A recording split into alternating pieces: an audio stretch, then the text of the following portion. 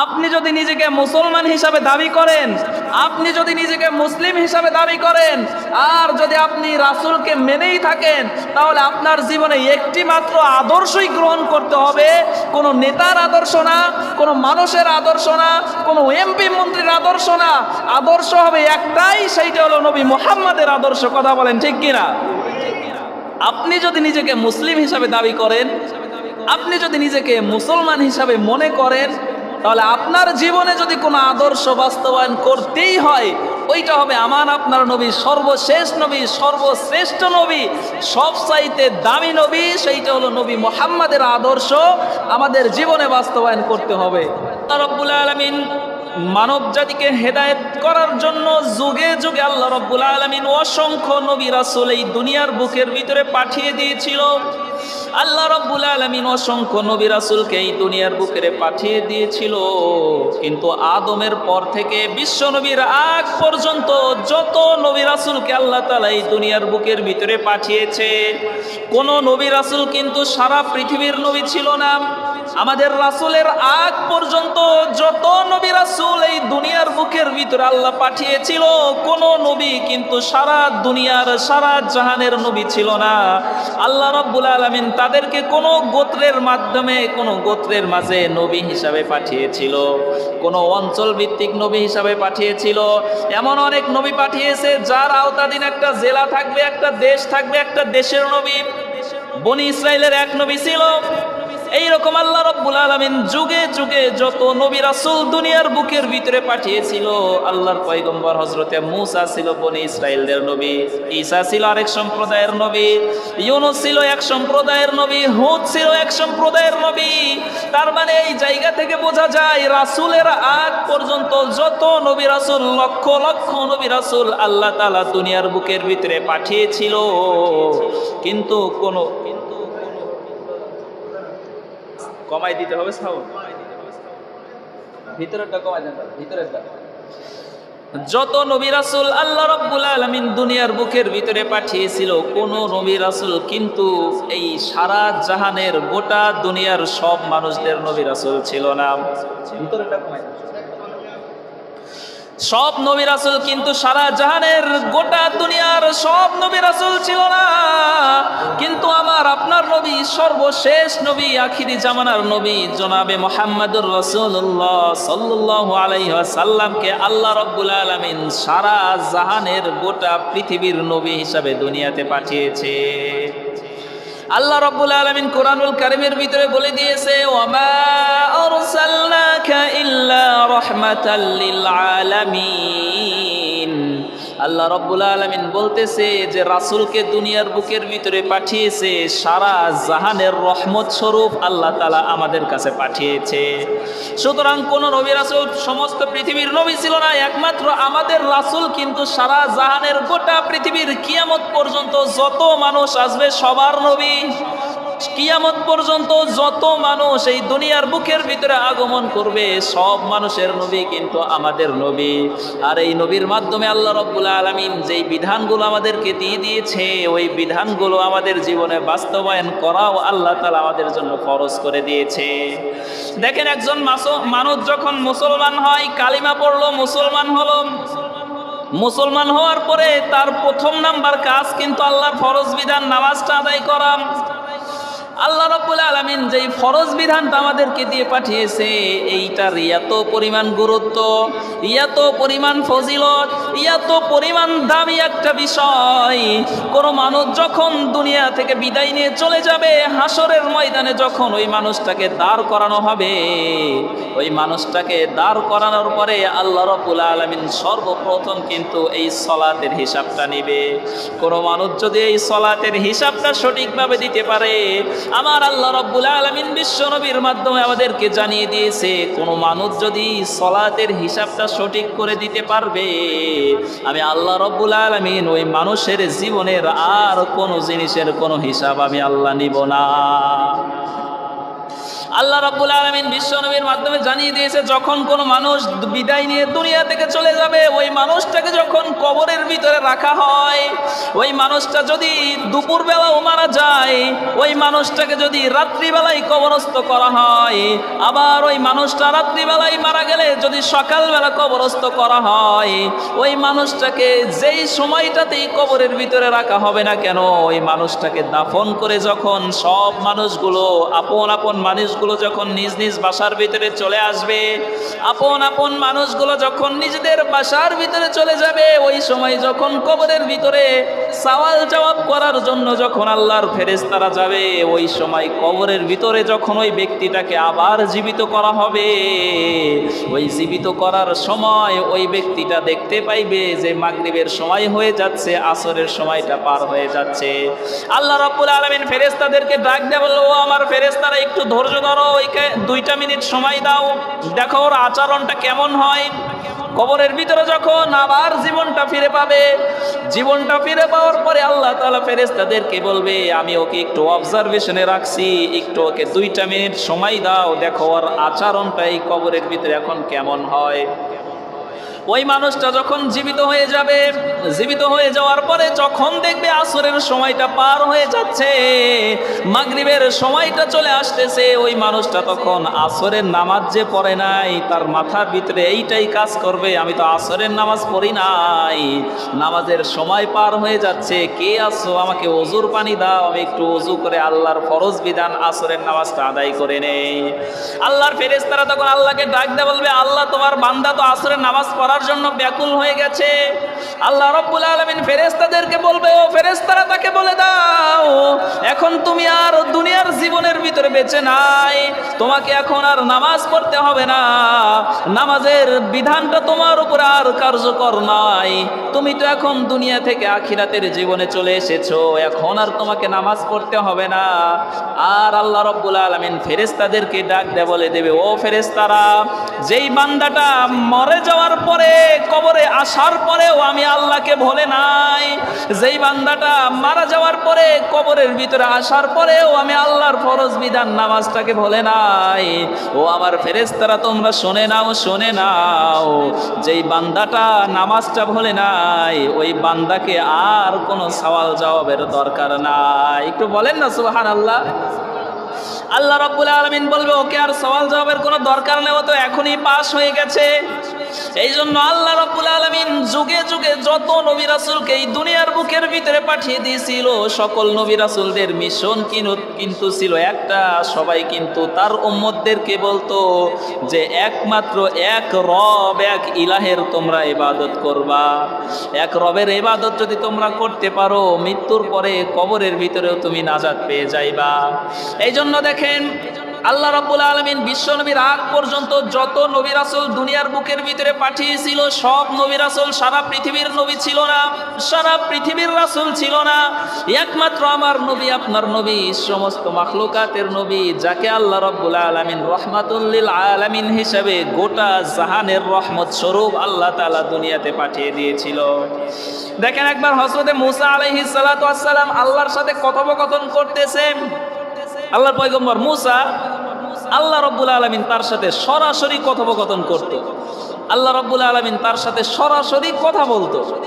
আল্লাহ রাব্বুল আলামিন কোরআনুল কারীমের ভিতরে ইরশাদ করে দিয়েছে, ওয়া কাল্লামাল্লাহু মূসা তাকলিমা। দুনিয়ার বুকের ভিতরে যত নবী রাসূল আগমন করেছে, সব নবী রাসূলদের সাথে আল্লাহ রাব্বুল আলামিন হযরতে জিবরাইল আমিনের মাধ্যমে কথোপকথন করত। আর হযরতে মূসার সাথে আল্লাহ তাআলা তুর পাহাড়ে নিয়ে গিয়ে সরাসরি হযরতে মূসার সাথে আল্লাহ রাব্বুল আলামিন কথা বলতো। তো কোনো একদিনের ঘটনা, আল্লাহ রাব্বুল আলামিন মূসা আলাইহিস সালাতু ওয়াস সালামকে তুর পাহাড়ে ডেকে নিয়ে যাওয়ার পরে আল্লাহ রাব্বুল আলামিন মূসার সাথে কথোপকথন করতেছে, মূসার সাথে কথোপকথন করতেছে তার উম্মতদের ব্যাপারে, বনি ইসরাইলের ব্যাপারে, কেমন করে সে দাওয়াত পৌঁছাবে, তার উম্মতদের মাঝে কেমন করে আল্লাহ রাব্বুল আলামিনের তাওহীদের বাণীটা প্রচার করবে, এই কথাগুলো কেমন করে প্রচার করবে, এই কথাটাই আল্লাহ রাব্বুল আলামিন হযরতে মূসার সাথে বলতেছে।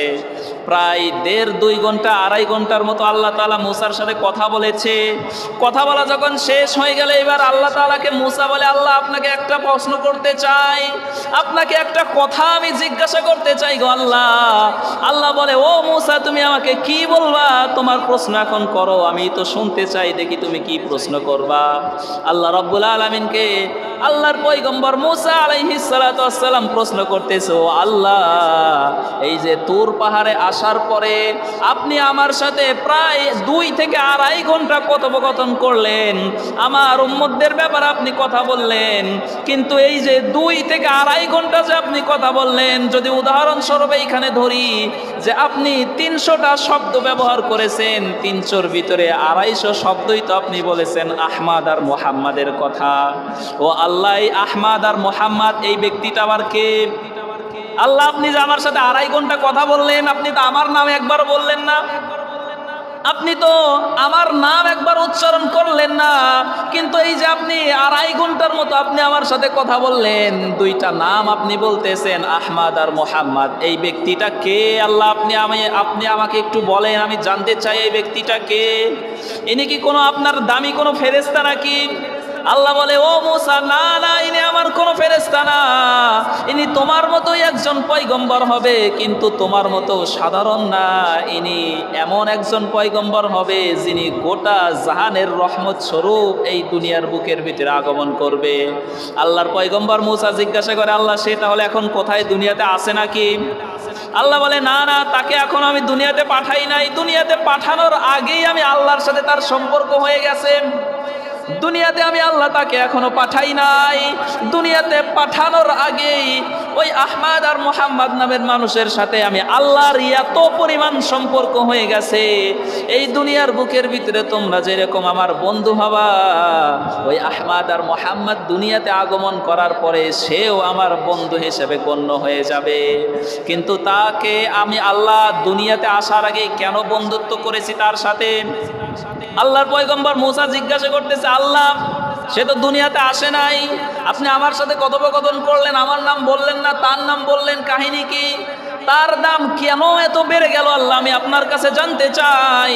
আল্লাহ রাব্বুল আলামিন মূসাকে ডাক দিয়ে বলে, ও মূসা, তুমি যখন বনি ইসরাইলের ভিতরে তোমার দাওয়াতটা তুমি পৌঁছে দিতা, আমি তোমাকে কাঠ ফলকের ভিতরে যেই তাওরাতটা তোমাকে আমি নাজিল করে দিয়েছি, ওই তাওরাত থেকে যেই তাওহীদের বাণীটা ছিল, ওই বাণীটা যখন তুমি তোমার বনি ইসরাইল সম্প্রদায়ের ভিতরে দাওয়াতটা পৌঁছে দিতা, বনি ইসরাইল সকালবেলা তোমার সাথে এক কথা বলতো, বিকালবেলা ওই কথার উল্টা কথা তোমাকে বলতো, একদিন এক কথা বলেছে, পরের দিন গিয়ে আরেক কথা বলেছে, তুমি কিন্তু অতিষ্ঠ হয়ে যাইতাম, তুমি তাদের সম্প্রদায় তোমার সম্প্রদায় থেকে দূরে চলে আসতে চাইতা, তোমার সম্প্রদায়ের উপরে তুমি রাগান্বিত হয়ে যাইতা। আমি আল্লাহ রাব্বুল আলামিন তোমাকে তাওরাত দিয়ে তাওহীদের বাণী প্রচার করার জন্য তোমার সম্প্রদায়ের ভিতরে পাঠাইছি, মাঝে মাঝে তুমি কিন্তু বিরক্ত হয়ে যাইতা, তোমার অন্তরের ভিতরে তোমার উম্মতের মায়া আছে আমি আল্লাহ জানি, কিন্তু মায়া থাকার পরেও তোমার উম্মতের কাছ থেকে মাঝে মাঝে তুমি দূরে চলে আসতা। কিন্তু এই নবী মুহাম্মদ, যেই নবী দুনিয়ার বুকের ভিতরে আগমন করবে, সেই নবীর উম্মতের জন্য এত দরদি হবে, সেই নবীর উম্মতের জন্য এত দরদি হবে, এত মহাব্বত উম্মতের জন্য থাকবে, ওই নবী দুনিয়াতে আসার পরে ওই নবীর আত্মীয় স্বজন, পাড়া প্রতিবেশী, আপন আপন মানুষগুলো যে রয়েছে, তাদের জন্য ওই নবীর অন্তরের ভিতরে যে পরিমাণ ভালোবাসা না থাকবে, তার চাইতেও কোটি কোটি গুণ বেশি তার উম্মতের জন্য ওই নবীর অন্তরের ভিতরে ভালোবাসা থাকবে। এমন নবী আমি আল্লাহ রাব্বুল আলামিন দুনিয়াতে পাঠাইবো, তুমি তো তোমার উম্মতের কাছে দাওয়াত দিতে আবার মাঝে মাঝে দূরে চলে আসতা, কিন্তু নবী মুহাম্মদ এমন হবে, ওই তার উম্মতের সাথে একদম চুম্বকের মতো, আঠার মতো লেগে থাকবে। ওই নবীর শুধু একটা মাত্রই চিন্তা, কেমন করে তার উম্মতদেরকে জাহান্নাম থেকে বাঁচানো যায়, কেমন করে তার উম্মতদেরকে জাহান্নাম থেকে বাঁচানো যায়, আখিরাতের ময়দানে কেমন করে আল্লাহর কাঠগড়া থেকে তার উম্মতদেরকে বাঁচানো যায়। আমি আল্লাহ রাব্বুল আলামিন ওই নবীকে বলেছিলাম, ওগো আমার পয়গম্বর, আপনাকে আমি গোটা দুনিয়ার আসমান জমিনের যা কিছু আছে সব কিছুই আপনাকে দিতে চাই, কিন্তু একটা শর্ত আছে, আপনাকে আমি সব কিছুই দিয়া দিব, কিন্তু আপনার যে উম্মতগুলো রয়েছে আপনার উম্মতগুলোকে আমি জাহান্নামের ভিতরে ঢোকাতে চাই। কিন্তু নবী মুহাম্মদ আমাকে বলেছিল, আল্লাহ আসমান আর জমিনের যা কিছু আছে সব কিছু আপনি আমাকে দিলেন, আমার উম্মতদেরকে জাহান্নামে দিবেন। ও আল্লাহ, কোনো কিছুই আমি আপনার কাছে চাই না, সব কিছুই আমি আপনাকে আবার দিয়ে দিলাম, কিন্তু আমার উম্মতদেরকে আপনি জাহান্নামে না দিয়ে তাদেরকে আপনি জান্নাতের ভিতরে প্রবেশ করিয়ে দেন। একটু বলেন না সুবহানাল্লাহ। এমন নবী আমাদের নবী, লাকাদ কানা লাকুম ফি রাসূলিল্লাহি উসওয়াতুন হাসানা। ওই নবীর আদর্শের জন্য, আমাদের জন্য ওই নবীর চরিত্রের ভিতরে এমন পরিমাণ আদর্শ দিয়ে দিয়েছে, কিন্তু আমরা দুনিয়ার বুকের ভিতরে এসে এমন নেতার পিছনে ঘুরি, এমন মানুষের পিছনে ঘুরি যারা চুরি করে, ডাকাতি করে, গম চুরি করে, মানুষের অর্থ সম্পদগুলো লুট করে, আমরা তাদের পিছনে ঘুরি, তাদের আদর্শগুলো আমরা বাস্তবায়ন করতে চাই। কিন্তু আল্লাহর কসম করে বলি, আপনি যদি নিজেকে মুসলমান হিসাবে দাবি করেন, আপনি যদি নিজেকে মুসলিম হিসাবে দাবি করেন, আর যদি আপনি রাসূলকে মেনেই থাকেন, তাহলে আপনার জীবনে একটি মাত্র আদর্শই গ্রহণ করতে হবে।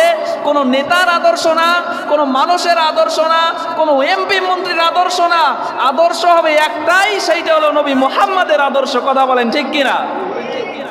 আপনি যদি নিজেকে মুসলিম হিসাবে দাবি করেন, আপনি যদি নিজেকে মুসলমান হিসাবে মনে করেন, তাহলে আপনার জীবনে যদি কোনো আদর্শ বাস্তবায়ন করতেই হয়, ওইটা হবে আমার আপনার নবী, সর্বশেষ নবী, সর্বশ্রেষ্ঠ নবী, সবচাইতে দামি নবী, সেইটা হলো নবী মুহাম্মাদের আদর্শ আমাদের জীবনে বাস্তবায়ন করতে হবে। এজন্য দেখেন আল্লাহ রাব্বুল আলামিন এই বিশ্ব নবীর জন্য কোরআনুল কারীমের ভিতরে আয়াত নাজিল করে দিয়ে বলে দিয়েছে, ওয়া মা আরসালনাকা ইল্লা মুবাশশিরাও ওয়া নাযীরা। ও নবী, আপনি আপনার সম্প্রদায়ের ভিতরে, দুনিয়ার মানুষদের ভিতরে আপনি তাওহীদের বাণী, মানুষদেরকে হেদায়েতের বাণীগুলো আপনি প্রচার করবেন, আর আল্লাহ রাব্বুল আলামিনের আযাবের কথাগুলো বলবেন। যারা বোঝার দরকার তারা বুঝবে। ওয়া মা আরসালনাকা ইল্লা মুবাশশিরাও ওয়া নাযীরা কুল আমিনু বিহি আও লা তুমিনু। যারা ঈমান আনা দরকার তারা ঈমান আনবে, আর যাদের আনার দরকার নাই তারা আনবে না। কিন্তু আপনার কাজ হচ্ছে হেদায়েতের বাণীগুলো আপনি প্রত্যেকটা মানুষের দ্বারে দ্বারে পৌঁছিয়ে দেন, যাতে করে মৃত্যুর পরে কোনো মানুষ এইটা বলতে না পারে, আল্লাহ দুনিয়াতে আপনার কোরআনের বাণী আমি মানুষের কাছে পৌঁছে নাই। এখন এই দুনিয়ার বুকের ভিতরে এমন কি কোনো মানুষ আছে যার কাছে ইসলামের বাণী পৌঁছে নাই? এমন কিন্তু কোনো মানুষ নাই। সে যদি অন্য ধর্মের লোক হয়, অন্য অসংখ্য ধর্ম আছে, অন্য অন্য ধর্মের লোক হলেও তারা কিন্তু জানে যে ইসলাম হিসাবে একটা ধর্ম আছে, তাদের একজন নবী আছে এবং তাদের একটা কিতাব আছে, এবং অন্য ধর্মের যত মানুষ আছে তারা অন্য ধর্ম মানতে পারে, তারা আল্লাহকে না মানতে পারে, কিন্তু নবী মুহাম্মাদের আদর্শ, নবী মুহাম্মাদের চরিত্র এবং নবী মুহাম্মাদের মতো মানুষ এই গোটা পৃথিবীর ভিতরে যে দ্বিতীয় আর একটা আসবে না, এইটা কেউ অস্বীকার করতে পারবে না। আপনি যত বড় বড় খ্রিস্টান হোক, ইহুদি হোক, নাসারা হোক, যত বড় বড় আপনি ইহুদিদের বড় বড় ইমাম বলেন, তারাও এইটা মানতে বাধ্য যে নবী মুহাম্মদুর রাসূলুল্লাহ সাল্লাল্লাহু আলাইহি ওয়াসাল্লাম তার মতো মানুষ এই কিয়ামত পর্যন্ত দ্বিতীয় আর একটা আসবে না। এজন্য দেখেন আল্লাহ রাব্বুল আলামিন তার শেষ নবী উম্মতদের ব্যাপারে সতর্ক করে দিয়ে বলে দিচ্ছে, ওয়া ইন্নাহুম লাকাযিবুন।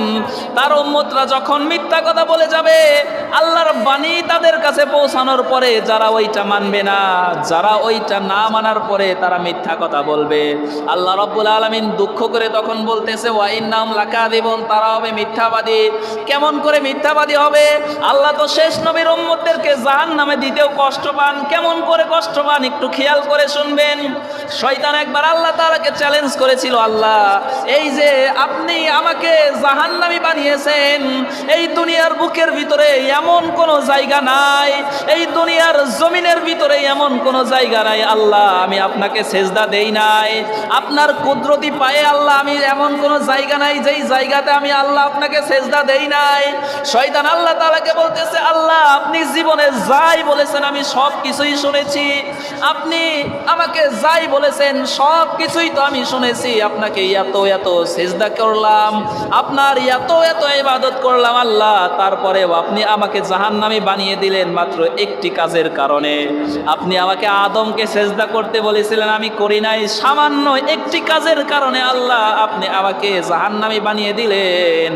কিন্তু আপনার দুনিয়ার বুকের ভিতরে শেষ নবীর জামানার উম্মতের ভিতরে সেই উম্মতগুলো তো কত খারাপ কাজের সাথে লিপ্ত থাকে, কত চুরি করে, ডাকাতি করে, চুরি ছিনতাই রাহাজানি করে, কত খারাপ খারাপ কাজের সাথে লিপ্ত থাকে। আল্লাহ আপনি আমাকে সামান্য ছোট্ট একটা কাজের জন্য জাহান্নামী বানিয়ে দিয়েছেন, কিন্তু শেষ নবীর উম্মতেরা এত খারাপ কাজ করে তারপরেও কেন আপনি তাদেরকে জাহান্নামে দিতে চান না? আল্লাহ রাব্বুল আলামিন শয়তানকে ডাক দিয়ে বলতেছে, ও শয়তান শুনে রাখ, দেখেন এই দুনিয়ার বুকের ভিতরে যদি আপন কোনো মানুষ যদি আপনাকে কষ্ট দেয়, ওই কষ্টটা কিন্তু একটু বেশি লাগে। আপনার সাথে একজন মানুষের রাস্তায় দেখা হয়েছে, একদিন দেখা হয়েছে, একটু ভালো সম্পর্ক হয়েছে, বন্ধুত্ব হয়েছে একদিন, পরে কোনোদিন আবার তার সাথে দেখা হয়েছে, দেখবেন ওর সাথে যদি একটু খারাপ আচরণ করেন বা সে যদি আপনাকে একটু খারাপ আচরণ করে, আপনার আর কিছু মনে হয় আরে ও কে রে, ওর সাথে কথা না বললে আর কি হয়েছে, ও আমার সাথে খারাপ আচরণ করেছে। অথবা যদি সে আপনার সাথে খারাপ আচরণ করে, আপনি কিন্তু উল্টা প্রতিশোধ নেওয়ার জন্য একদম আপনার দল বল নিয়ে যে ওরে যেইখানে পাবো ওর একদম খবর করে দেব। কিন্তু আপনার সাথে খুবই ঘনিষ্ঠ সম্পর্ক, খুবই ভালো একজন বন্ধু, সব সময় আপনি তার সাথে ওঠেন বসেন, সব সময় আপনি তার সাথে চলাফেরা করেন, এমন একজন মানুষ যদি আপনাকে কষ্ট দেয়, আপনি কিন্তু তাকে সরাসরি কিছু বলতে পারবেন না, আপনি ভিতরে ভিতরে অনেক কষ্ট পাবেন, কিন্তু সরাসরি তাকে যে অ্যাকশন নিয়ে আপনার দল বল নিয়ে যে তাকে যে আপনি মারবেন, অ্যাকশন করবেন যে ওর খবর আছে, এইটা কিন্তু আপনি করতে পারবেন না, কারণ সে আপনার আপন মানুষ, আপনার সাথে খুবই ঘনিষ্ঠতম সম্পর্ক। তো আল্লাহ তাআলা শয়তানকে এইটাই বলতেছে যে শয়তান শুনে রাখ, আমি যেই বান্দাদেরকে দুনিয়াতে পাঠাইছি ওর হাতও আমার, মুখও আমার, অর্থাৎ ওই বান্দাও আমার, আমি বানাইছি, এবং আমার হাবিব যার সাথে আমার বেশি সম্পর্ক তার উম্মত। সুতরাং আমার হাবিব যেমন আমার সাথে বেশি সম্পর্ক, তার উম্মতেরও আমার সাথে বেশি সম্পর্ক। আমি আল্লাহ যদি আমার হাবিবের উম্মতদেরকে জাহান্নামে ঢুকাই, তাহলে আমি আল্লাহরই তো বেশি কষ্ট লাগবে। আল্লাহ রাব্বুল আলামিন শয়তানকে বলতেছে, ও শয়তান তুই শুনে রাখ, এই দুনিয়ার বুকের ভিতরে সর্বশেষ নবী যেই রকম করে আমি আল্লাহর সাথে সম্পর্ক বেশি, অন্য অন্য নবী রাসূলুল্লাহ শুধু বন্ধু ছিল আমার, খলিল বন্ধু, কিন্তু সর্বশেষ নবীকে আমি আল্লাহ রাব্বুল আলামিন খলিল হিসাবে তৈরি করি নাই, সর্বশেষ নবীকে আমি আল্লাহ রাব্বুল আলামিন আমার নিজের হাবিব বানিয়ে নিয়েছি। আর খলিল হলো এমন বন্ধু, যেই বন্ধুকে আল্লাহ রাব্বুল আলামিনকে খুশি করার জন্য যেই বন্ধুটা কাজ করবে তাকেই বলা হয় খলিল। আর হাবিব হলো এমন বন্ধু, যেই বন্ধুকে আল্লাহ রাব্বুল আলামিন নিজেই খুশি করার জন্য কাজ করে। একটু বলেন না সুবহানাল্লাহ। খলিল হলো এমন বন্ধু যে আল্লাহকে খুশি করার জন্য যেই বন্ধু কাজ করবে সেটা হলো খলিল। আর হাবিব হলো এমন বন্ধু যে আল্লাহ যাকে খুশি করার জন্য কাজ করবে সেইটাই হলো হাবিব। আর আমার আপনার নবী হলো হাবিব, যাকে আল্লাহ খুশি করার জন্য কাজ করে। আল্লাহ রাব্বুল আলামিন শয়তানকে ডাক দিয়ে বলতেছে, ও শয়তান শুনে রাখ, আমার হাবিবকে হাসরের ময়দানে আমি একটা উচ্চ চেয়ার, একটা মর্যাদার আসন দিয়েছিলাম। আমার হাবিবকে আমি হাসরের ময়দানে যখন সব মানুষের হিসাব নিকাশ নেওয়া হবে, ওই সময় আমি আমার হাবিবকে এমন একটা মর্যাদার সম্পন্ন আসন দিয়েছিলাম, যেই আসনে বসে আমার নবী সব নবীর উম্মতদেরকে দেখতে থাকবে আর তার উম্মতদের জন্য শাফায়াত করতে থাকবে। কিন্তু আমার হাবিব কিন্তু একমাত্র তার উম্মতের জন্য ওই আসনে বসবেন না, আল্লাহ তাআলার কাছে সেজদায় পড়ে থাকবেন। একমাত্র তার উম্মতরা কেমন করে জাহান্নাম থেকে মুক্তি পেয়ে জান্নাতে যাবে, ওইটার জন্যই আমি আল্লাহর কাছে সেজদায় পড়ে কান্না করতে থাকবে। যতক্ষণ না পর্যন্ত তার উম্মতগুলো জাহান্নাম থেকে মুক্তি পেয়ে জান্নাতের ভিতরে প্রবেশ করবে, ততক্ষণ পর্যন্ত আমার হাবিব আমার কাছে দোয়া করতেই থাকবে। আল্লাহ রাব্বুল আলামিন শয়তানকে আরো বলতেছে, ও শয়তান শুনে রাখ, যখন হাসরের ময়দানে আমি আল্লাহ রাব্বুল আলামিন হিসাব নিকাশ নেওয়া শুরু করে দিব, হাসরের ময়দানে যখন আমি আল্লাহ রাব্বুল আলামিন সব উম্মতদেরকে দাঁড় করিয়ে হিসাব নিকাশ নেওয়া শুরু করে দেব, যতক্ষণ না পর্যন্ত সর্বশেষ নবীর উম্মতদের হিসাব নেওয়া শেষ হবে, ততক্ষণ পর্যন্ত পূর্বের যুগে যত নবী রাসূল দুনিয়ার বুকের ভিতরে আগমন করেছে, তাদের যত উম্মতগুলো দুনিয়ার বুকের ভিতরে ছিল, তাদেরকে আমি জান্নাতে প্রবেশ করাবো না যতক্ষণ না পর্যন্ত সর্বশেষ নবীর উম্মতদের হিসাব নিকাশ শেষ করে তাদেরকে জান্নাতে প্রবেশ করাবো। আল্লাহ তাআলা বলতেছে যে যতক্ষণ না পর্যন্ত সর্বশেষ নবীর উম্মতের হিসাব নিকাশ শেষ হবে, সর্বশেষ নবীর উম্মতের হিসাব নিকাশ শেষ হয়ে তারা যতক্ষণ না পর্যন্ত জান্নাতে প্রবেশ করবে, ততক্ষণ পর্যন্ত আমি পূর্বের যুগের যত নবী রাসূলদের যত উম্মত ছিল তাদেরকেও আমি জান্নাতে প্রবেশ করাবো না। সুবহানাল্লাহ। তাহলে দেখেন আল্লাহ রাব্বুল আলামিন আমাদেরকে কি পরিমাণ মর্যাদা দিয়ে সর্বশেষ নবীর উম্মত হিসাবে, আমরা না চাইতেই কিন্তু আমরা কি কখন আল্লাহর কাছে এই দোয়া করেছিলাম যে আল্লাহ আপনি আমাদেরকে সর্বশেষ নবীর উম্মত হিসাবে পাঠান? কথা বলেন, এই দোয়া কি আমরা কখন আল্লাহকে করেছিলাম যে আল্লাহ সর্বশেষ নবীর উম্মত হিসেবে আমাদেরকে দুনিয়াতে পাঠান? এই দোয়া কিন্তু আমরা কখনোই আল্লাহর কাছে করি নাই। কিন্তু আল্লাহ রাব্বুল আলামিন তারপরেও আমাদেরকে অতি মায়া করে মহাব্বত করে সর্বশেষ নবীর উম্মত হিসেবে দুনিয়ার বুকের ভিতরে পাঠিয়ে দিয়েছে। আরে ভাই, কেমন দামি উম্মত! আমরা দেখেন পূর্বের যুগে অনেক নবী রাসূলরাও পর্যন্ত আল্লাহর কাছে এই দোয়া করেছিল, আল্লাহ আপনি আমাকে এই জামানার নবী হিসাবে না পাঠিয়ে যদি সর্বশেষ জামানার রাসূলের উম্মত হিসাবে দুনিয়াতে পাঠাইতেন তাহলে আমার জীবনটা আরো বেশি মূল্যবান হতো। সুবহানাল্লাহ। তাহলে দেখেন পূর্বের যুগে নবী রাসূলদের দাম কিন্তু কত বেশি, তারপরেও তারা আল্লাহর কাছে দোয়া করেছে, আল্লাহ আপনি যদি আমাকে সর্বশেষ নবী মুহাম্মদ সাল্লাল্লাহু আলাইহি ওয়াসাল্লাম সেই নবীর রাসূল, সেই নবীর উম্মত হিসেবে যদি দুনিয়াতে পাঠাইতেন তাহলেই হয়তো আমার জীবনটা আরো ভালো হতো। কিন্তু আমরা আল্লাহর কাছে না চাওয়ার পরেও আল্লাহ রাব্বুল আলামিন আমাদেরকে সর্বশেষ নবীর উম্মত হিসেবে দুনিয়াতে পাঠাইছেন। এইটা যে আমাদের জন্য কত বড় একটা পাওয়া, এইটা যে আমাদের জন্য কত বড় ভাগ্যবান আমরা মানুষ, এইটা আমরা কখনো বলেও শেষ করতে পারবো না।